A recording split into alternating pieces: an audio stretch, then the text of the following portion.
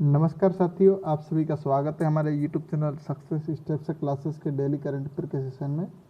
साथियों, आज 10 अगस्त 2020 और आज के मोस्ट करंट अफेयर प्रश्नों के इस वीडियो के माध्यम से समझने का प्रयास करेंगे और उनमें क्या क्या महत्वपूर्ण जानकारी होगी वह भी हम लोग समझेंगे।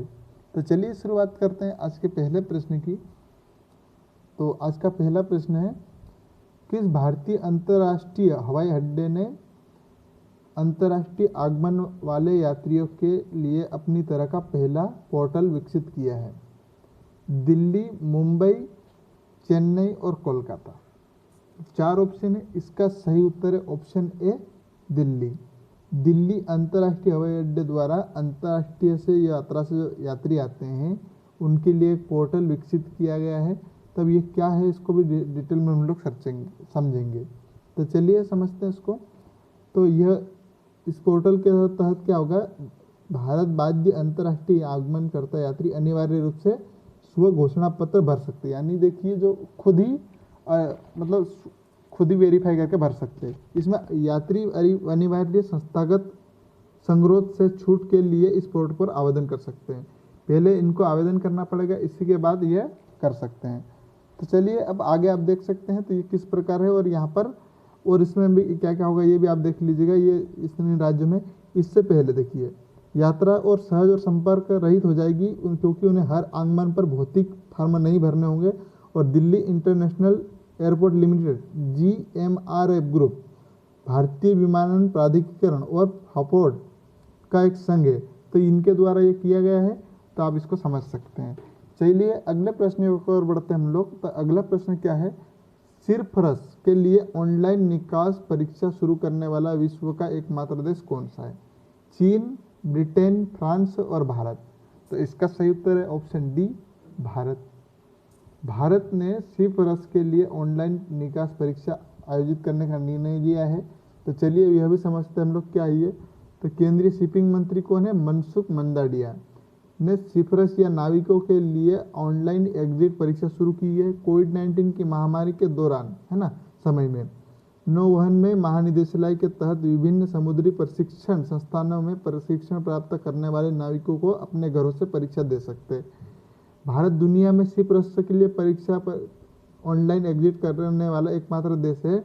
भारत वैश्विक समुद्री उद्योग की जरूरतें पूरा करने के लिए 5 लाख नाविकों को तैयार करने का लक्ष्य भी रखा है।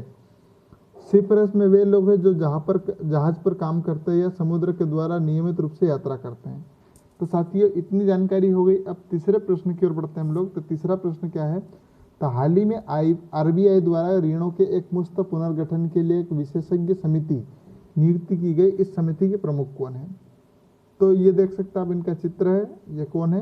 4 ऑप्शन देखिए, शक्तिकांत दास, उर्जित पटेल, KV कामत और NK सिंह। तो इसका सही उत्तर है KV कामत। और KV कामत साहब के अध्यक्षता में यह समिति गठित की गई है। यह समिति का क्या कार्य रहेगा उसको भी समझने का प्रयास करेंगे हम लोग। तो ये इनका पूरा नाम क्या है? कुंडापुर वामन कामत। इनकी अध्यक्षता में एक विशेष समिति का गठन किया गया जिसका RBI के द्वारा ऋणों के एकमुश्त पुनर्गठन के लिए एक निगठन किया गया है ना, क्या कमेटी का। RBI के एक स्टेट एसेट्स के रिजोल्यूशन पर अपने प्रूडेंशियल फ्रेमवर्क के अनुसार पर समितियों के उन्नयन के बिना ऋण के पुनर्गठन का अवसर प्रदान किया गया।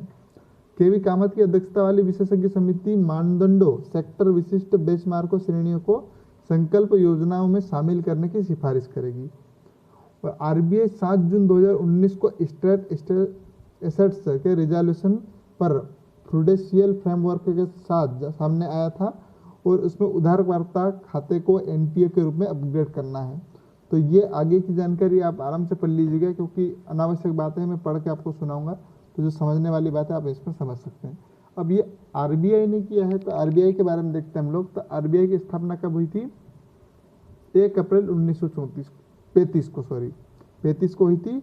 और इसका गठन किसके अनुसार हुआ था? भारतीय रिजर्व बैंक के अधिनियम 1934 के प्रावधान के तहत 1 अप्रैल 1935 को इसकी स्थापना हुई थी। तब इसका मुख्यालय कहाँ पर था? कलकत्ता में था, जिसे 1937 में मुंबई में स्थानांतरित की गई थी इसकी मुख्यालय। और ब्रिटिश राज्य के दौरान प्रारंभ ये निजी स्वामित्व वाला बैंक हुआ करता था, लेकिन स्वतंत्र भारत में 1 जनवरी 1949 को इसका राष्ट्रीयकरण कर दिया और यह भारत सरकार के अधीन आ गया। अब इसके जो पहले गवर्नर कौन थे? ऑसबर्न स्मिथ, जो कि 1935 में थे। अब वर्तमान में 25वें गवर्नर है शक्तिकांत दास सर। इससे पहले उर्जित पटेल थे। तो इतनी जानकारी हो गई। अब हम लोग आगे और बढ़ते हैं अगले प्रश्न की ओर। अगला प्रश्न है, हाल ही में बीसीसीआई ने निम्नलिखित में से किस कंपनी का टाइटल प्रायोजन सौदा निलंबित कर दिया गया? ओप्पो, शियोमी, लावा और वीवो। तो आप जानते हैं ऑप्शन डी वीवो। वीवो के साथ बीसीसीआई ने निम्नलिखित वीवो के साथ टाइटल प्रायोजन सौदा निलंबित कर दिया है। डिटेल में हम लोग चर्चा करते हैं ये।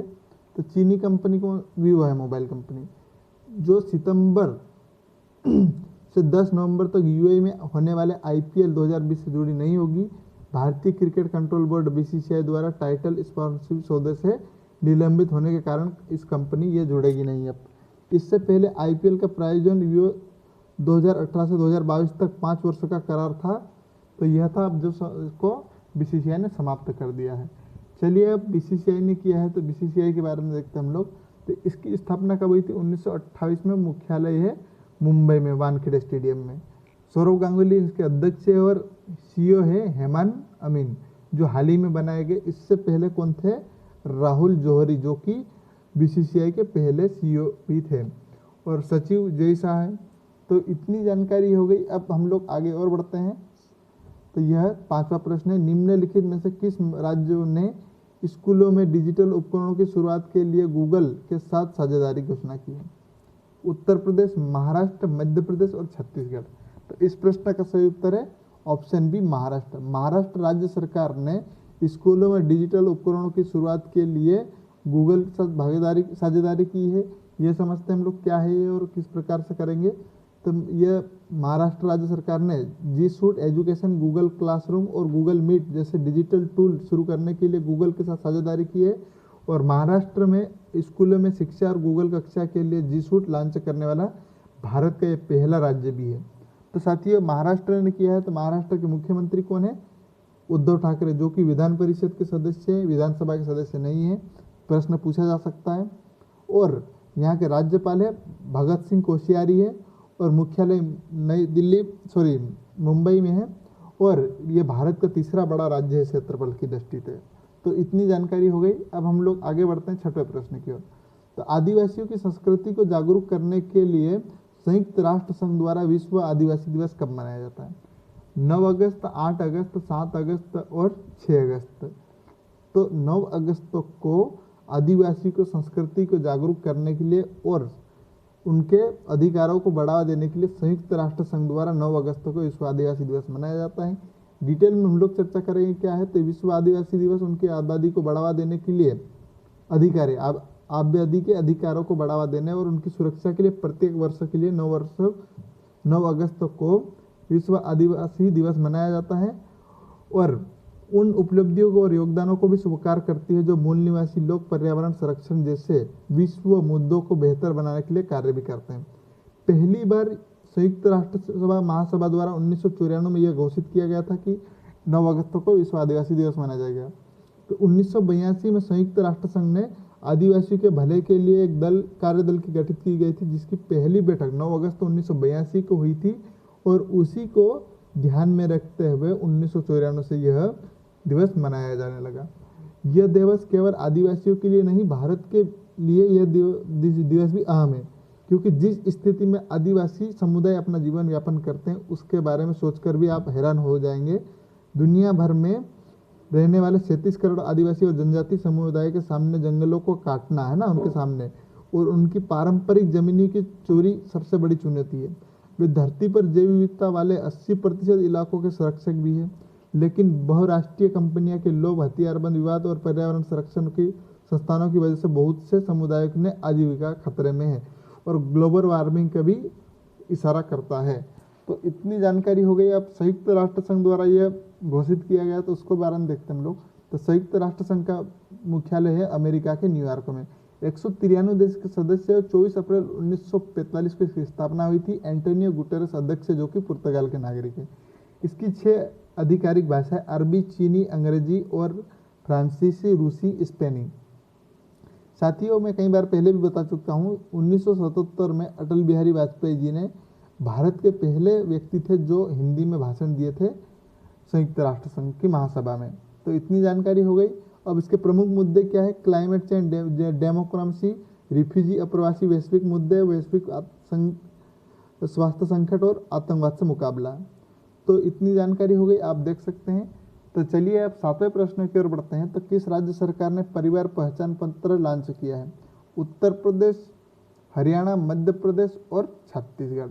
तो इसका सही उत्तर है ऑप्शन बी, हरियाणा। हरियाणा राज्य सरकार ने परिवार पहचान पत्र लॉन्च किया है। डिटेल में हम लोग चर्चा करते हैं क्या है ये। तो हाल ही में तो ये लॉन्च किया परिवार पहचान पत्र यानी पीपी लॉन्च किया हरियाणा सरकार ने। प्रत्येक परिवार को आवंटित 8 अंकों की विशिष्ट पहचान संख्या दी गई है और परिवार को एकल इकाई माना जाता है। और सरकार का लक्ष्य पीपी के माध्यम से राज्य के प्रत्येक परिवार की निगरानी करना है। और राज्य सरकार ने सामाजिक सुरक्षा योजनाओं का लाभ उठाने के लिए पीपी पोर्टल पर अपना पंजीकरण कराना अनिवार्य भी कर दिया है।